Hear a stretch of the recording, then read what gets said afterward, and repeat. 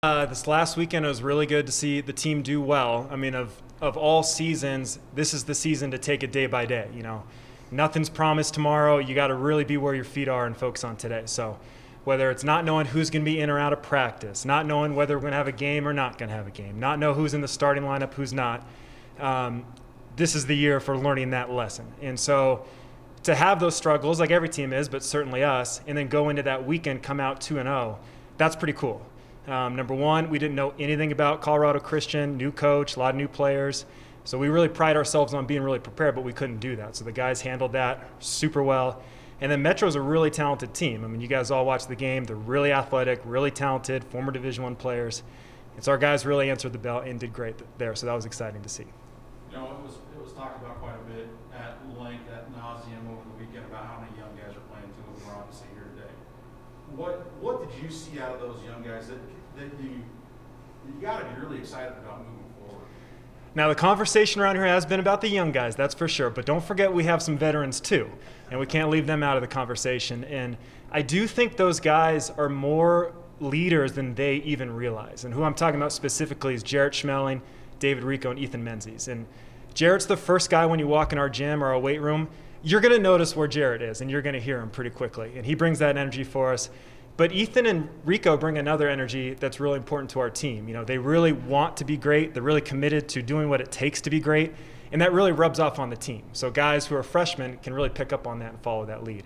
And then speaking to the freshmen, yeah, they were awesome. And they've been awesome all training camp. And what's really exciting about them, you know, to be a competitor, like it takes a lot of vulnerability to go into a game, be in front of your team and your fans, your family. There's always the risk that you could let yourself down or let your teammates down. So it takes a lot of courage to like go out and have no fear, to be totally fearless. And these guys really have that, and that's really cool. Trevor, Reece, Blaze, Christopher Speller, I mean, they're really another level with that kind of stuff. Like they're totally fine with just getting in the game and just letting it rip, and whatever the results, they'll live with it. But they have a lot of confidence, they play with a lot of fearlessness, and they're just really great competitors, so it's awesome.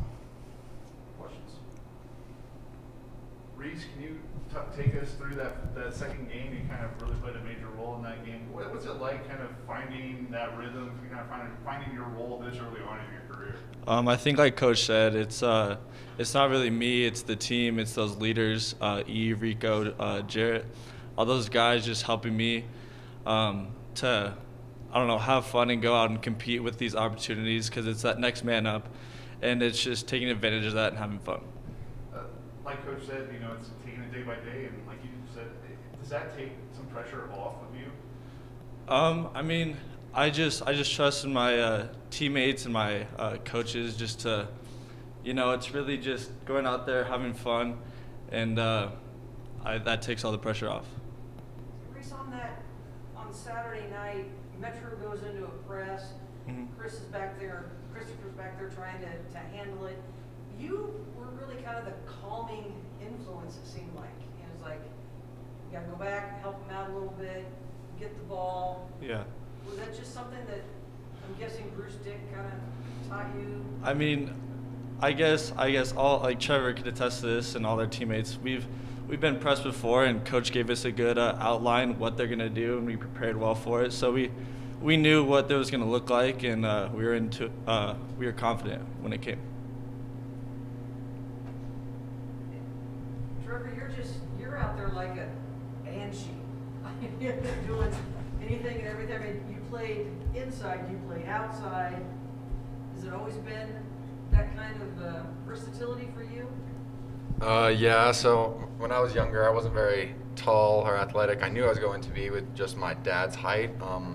So I learned guard skills, and then eventually when I grew, I had the height and skill, I guess. But I mean, the coach in the program really just teaches you just to give it your all. And I mean, I've really just, from high school to college, I've just really emphasized effort. And because I mean, when you come from high school to college, you go from from being the biggest, baddest player to just being another guy. So now it's another effort is really just what you can always bring to the table. So playing the same school as I gotta throw out your dad there. Because I mean, obviously you played for him in high school. You're at his school. He's only the leading scorer in this program's history. What did he tell you to help you prepare, or what did he teach you to help you prepare and try not to be John? Yeah, he really just told me just go out there and be your own person. You don't have to worry about anything with him. I mean, if you know him well, he really isn't the person to like critique me and try to be like him. He wants me to be my own person and follow my own path, and it just happened that I'm going to his alma mater, so yeah. So what was it, especially at 2-0, it probably helps, but now I know you guys, like the longest off season, probably the most stressful off season ever. Is it almost like a deep breath of like, wow, we got 2 games under our belt? Does that kind of help the motivation going forward? I think it's not really a sigh of relief, but it's just kind of a thankfulness of being able to compete, play the game that we love, and having fun with it, because it's great to play the game, especially during these times. Yeah, and adding on to what Reece said, I mean, during the shutdown, like I realized I missed basketball, but when I stepped out on there against CCU and Metro,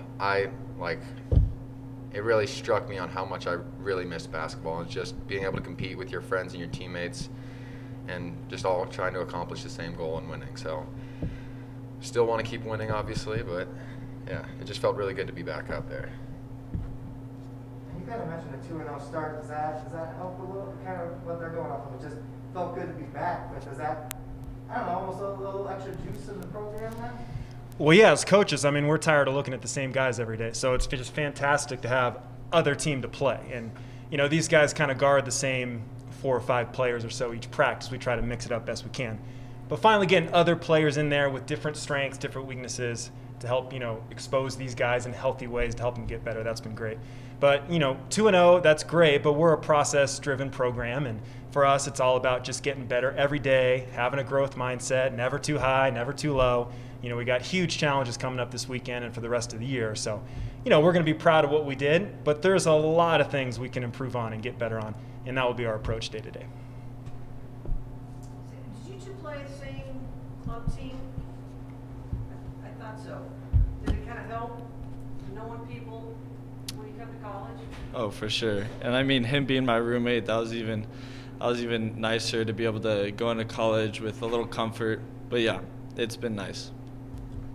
Yeah, I mean, the fact that we played club together, we would room together when we were ever traveling and stuff like that. So it was a new experience, but it was also sort of nice having a person you knew. I was obviously familiar with Reece, and then I played club basketball with also Christopher Speller when I was younger. So it was nice just having familiar faces, but yeah, so it's definitely helping on and off the court, bonding really well. Was there something, you know, the first couple of games that you guys experienced that it's like, oh, I didn't see that coming?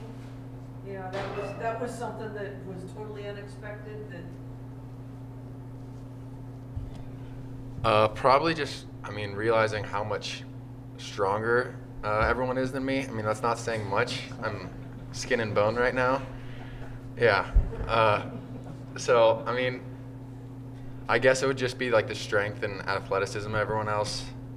Like I said in high school, it's not always, you weren't always challenged like that, and it's really just eye-opening how much bigger and stronger and faster everyone is now than in high school. Yeah, and to add to that, just the speed of the game. Even, you know, I can remember when I was on JV in high school, it's like, well, the speed of the game in varsity is going to be much higher, and then you get out here and it's even that next step. But, so yes, for sure. Coach, there's a lot of travel on the schedule this December. Can you talk about what travel looks like for you guys, your team with the COVID precautions and everything else going on like that? Yeah, so travel's going to be, you know, it's already a tough thing to do in the RMAC. You know, every team has to do it, and certainly us as well. But with COVID, there will be some, you know, extra precautions and things that we need to take. So we've been talking a lot with our administration, everything like that, and having a good plan for the weekend.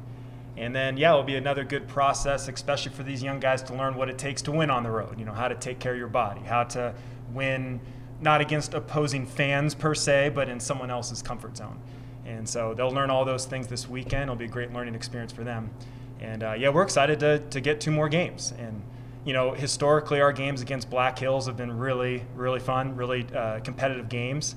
I played them 3 times as part of Coach DeGeorge's staff, and every game's gone down to the wire.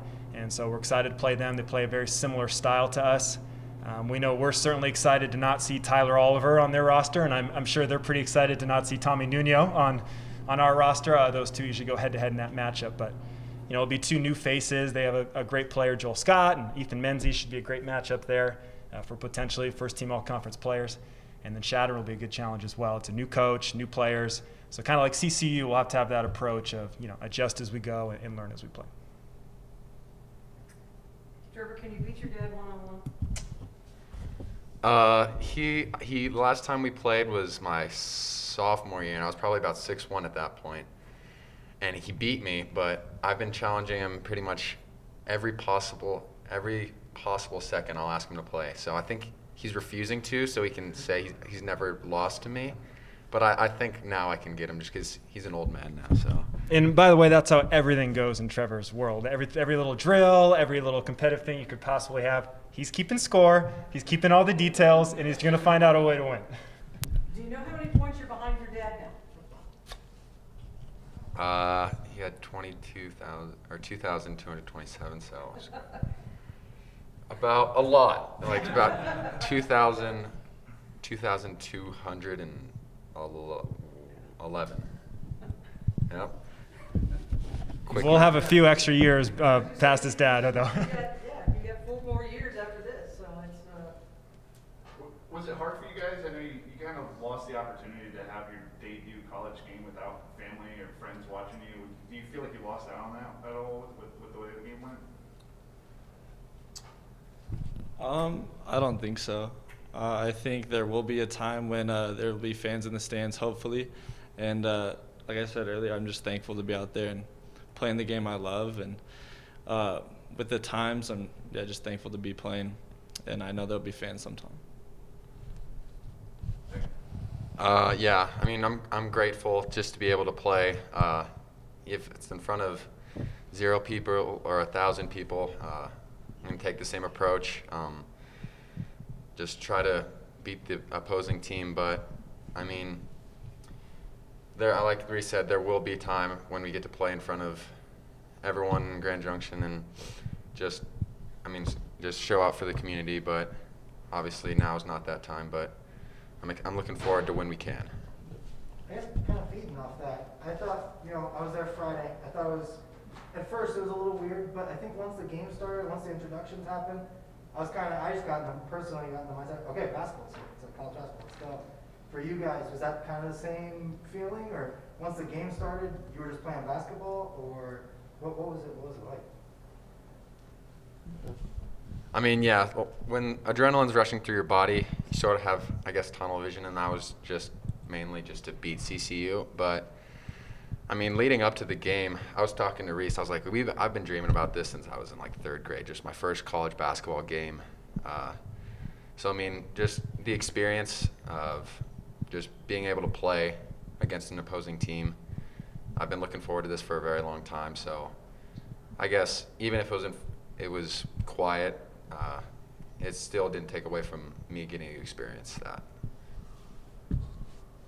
Yeah, I'd agree. And like my dad said, he's like, it's the same basketball game you've been playing your whole life. So once you're on the court, you're with your teammates, you're with your coaches, and you're just trying to win that game and have fun. All right, question of the week. Favorite Christmas movie? Oh, solid. Well, I got mine. You don't want to shoot your eye out, and that's The Christmas Story for sure. And what's crazy, my girlfriend hasn't seen it, so we're going to hunker down during the break, and she'll be in for a treat watching that one. So, Christmas Story. And we'll watch it multiple times, yeah. I would probably say either Christmas Story, I watch that one every year with my family, or Elf. Will Ferrell's probably my favorite actor of all time. So I really enjoy Elf. Yeah, I'd probably say either Elf or Christmas Story. Solid choice. Yeah, I have to agree with Coach and Trev. The Christmas story, that's my favorite one.